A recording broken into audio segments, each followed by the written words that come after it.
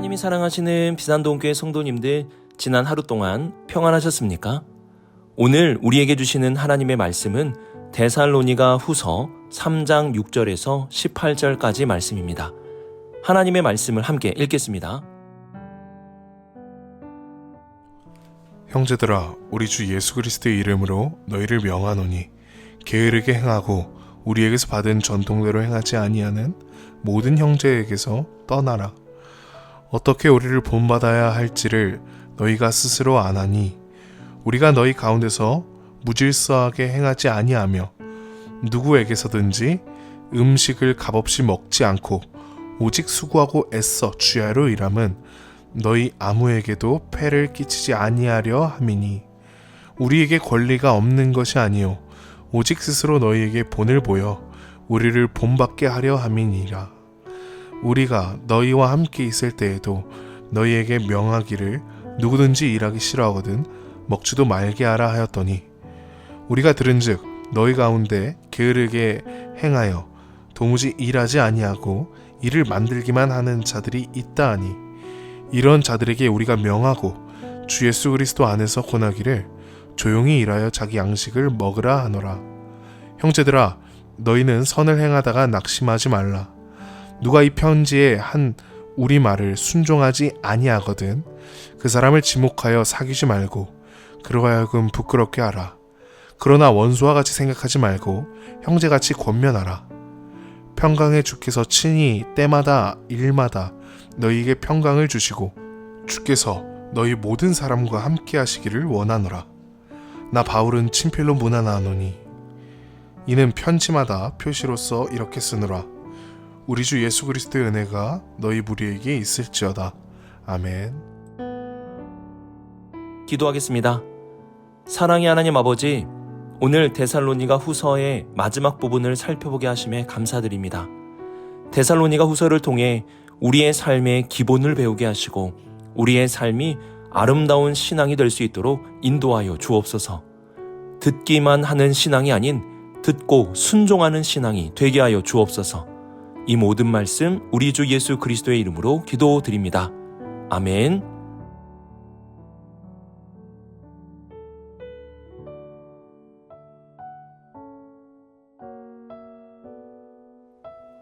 오늘 말씀은 데살로니가 성도들에게 주는 마지막 권면에 대한 말씀입니다. 바울은 마지막까지 데살로니가 성도들에게 형제들아 라고 부르고 있습니다. 이는 우리가 예수 그리스도 안에 한 형제이고 자매이며 하나님을 아버지로 모시는 한 가족임을 잊지 말라고 하는 것입니다. 우리는 이러한 사실을 잊어서는 안 됩니다. 6절을 보시면 바울은 데살로니가 성도들에게 형제 자매라고 부른 후에 가장 먼저 게으름에 대한 권면을 줍니다. 여기서 게으르다는 것은 헬라어 아탁토스라는 단어인데요. 이 단어는 운동장에 줄을 서는데 한 사람이 그 줄을 흐트러뜨리고 자기 마음대로 줄을 서지 않는 행동을 의미합니다. 그래서 이를 무질서라고도 번역하고 무절제라고도 번역합니다. 아탁토스는 어떠한 기준을 지키지 않고 자기가 하고 싶은 대로만 하는 제 멋대로인 사람을 가리키는 표현입니다. 이러한 사람을 개역개정 성경에서는 게으르게 행하는 자라고 번역한 것입니다. 게으름이라는 것은 꼭 늦잠을 자고 늦게 일어나는 사람만이 아니라 자기가 하고 싶은 대로만 하는 사람을 가리키는 것입니다. 자기가 혼자 산다면 이러한 행동에 대해서는 큰 문제가 되지 않습니다. 하지만 다른 사람과 함께 살아간다면, 누군가와 더불어 살아가는 삶이라면 이러한 게으름은 공동체를 흐트러뜨리게 되고 다른 사람에게 피해를 주는 행동이 됩니다. 바울은 우리가 하나님 안에 형제 자매이며 한 가족임을 말하였습니다. 한 가족으로 살아가려 한다면 게으름이 있어서는 안 됩니다. 다른 형제 자매에게 피해를 주는 행동을 해서는 안 된다는 것입니다.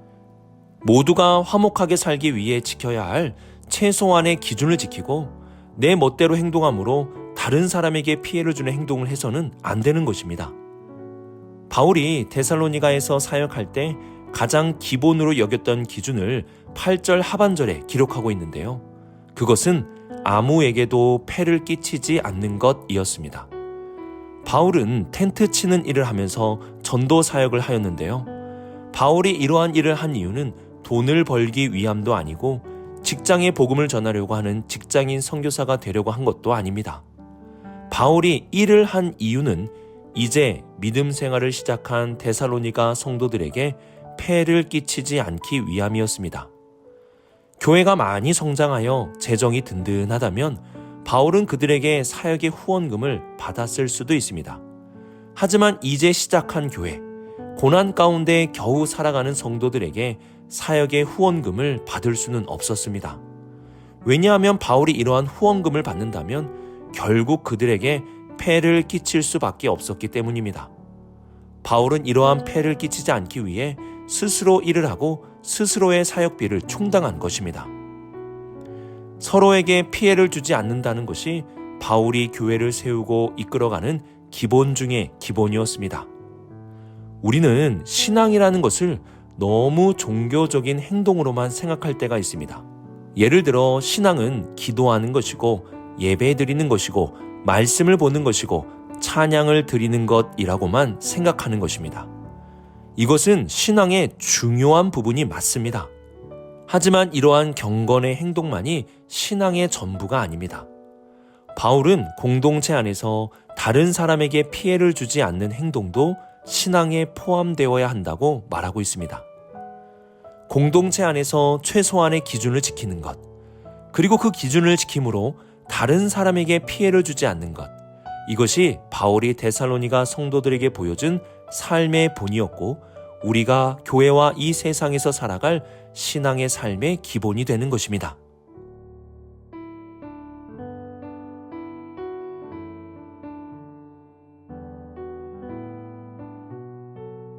6절을 보시면 바울은 다른 사람에게 피해를 주는 게으름에 대한 권면과 함께 우리에게서 받은 전통대로 행하지 아니하는 모든 형제에게서 떠나라는 권면의 말씀을 합니다. 여기서 전통은 무엇을 의미하는 것일까요?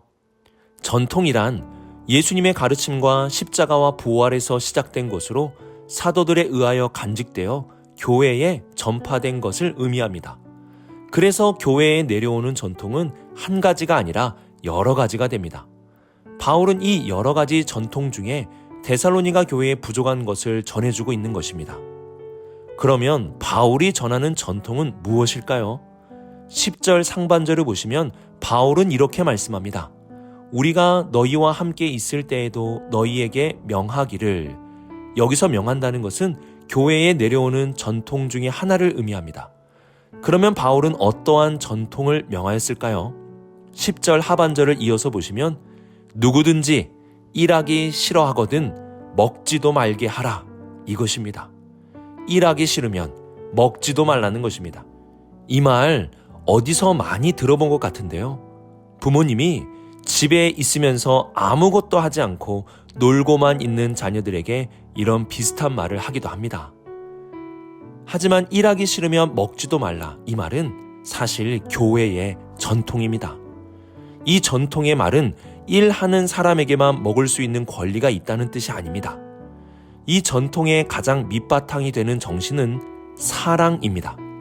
사랑이라는 것은 무임승차가 아닙니다. 성경에서 사랑과 함께 나오는 말이 수고인데요. 사랑하면 다른 사람을 위하여 수고하는 것입니다. 우리는 땀 흘려 수고하여 돈을 벌게 됩니다. 그리고 그 돈으로 사랑하는 사람들과 함께 나누며 먹고 살게 됩니다. 돈을 벌려고 일하는 것이 아니라 수고하여 사랑함으로 나누기 위하여 일하는 것입니다. 이렇게 사랑은 다른 사람과 나누기 위하여 수고하는 마음과 행동을 의미합니다. 그런데 어떤 사람은 다른 사람의 사랑의 수고는 당연히 여기고 자신은 아무런 사랑의 수고를 하지 않으려고 합니다. 이런 사람은 사랑의 수고라는 아름다운 헌신을 악용하는 것이라 할 수 있습니다. 사랑을 당연히 여기며 어떠한 수고도 하지 않는 사람, 바울은 이러한 사람을 떠나야 한다고 말합니다.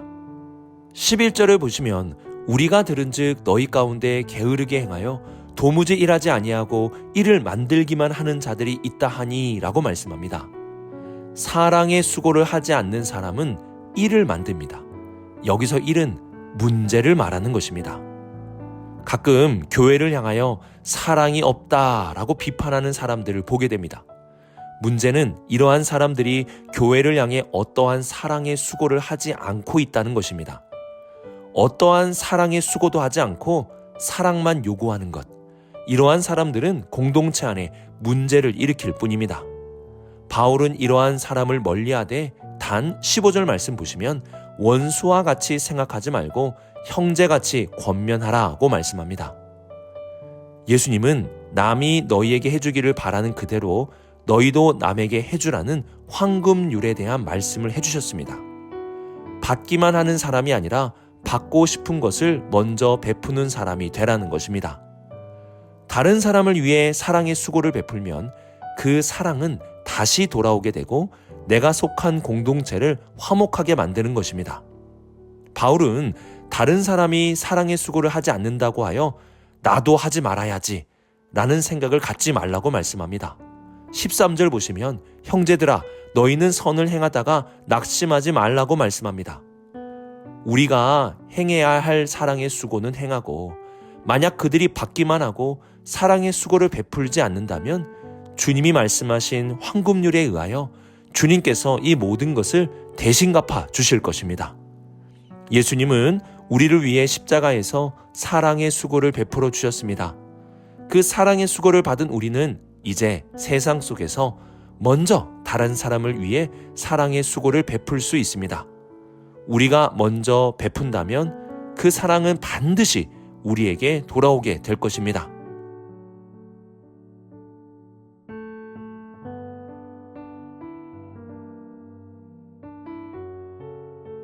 바울은 다른 사람에게 피해를 주는 게으름과 사랑의 수고를 하지 않고 사랑만 요구하는 사람들에 대해 권면의 말씀을 하고 있습니다. 바울은 이러한 말을 하기 전에 먼저 본을 보여주었는데요. 7절에서도 어떻게 우리를 본받아야 할지를 보여주었다고 말씀하고 9절 하반절에서도 너희에게 본을 보여 우리를 본받게 하려 함이라고 말씀합니다. 하나님의 나라는 말에 있는 것이 아니라 능력에 있습니다. 그 말이 본이 될 때 하나님의 나라의 능력이 되는 것입니다. 신앙은 앞에 있는 입이 아니라 뒤에 있는 모습을 보고 배운다는 말이 있습니다. 바울은 이들에게 지식이 아니라 신앙을 전수해야 했기에 본이 되는 모습으로 살아갔습니다.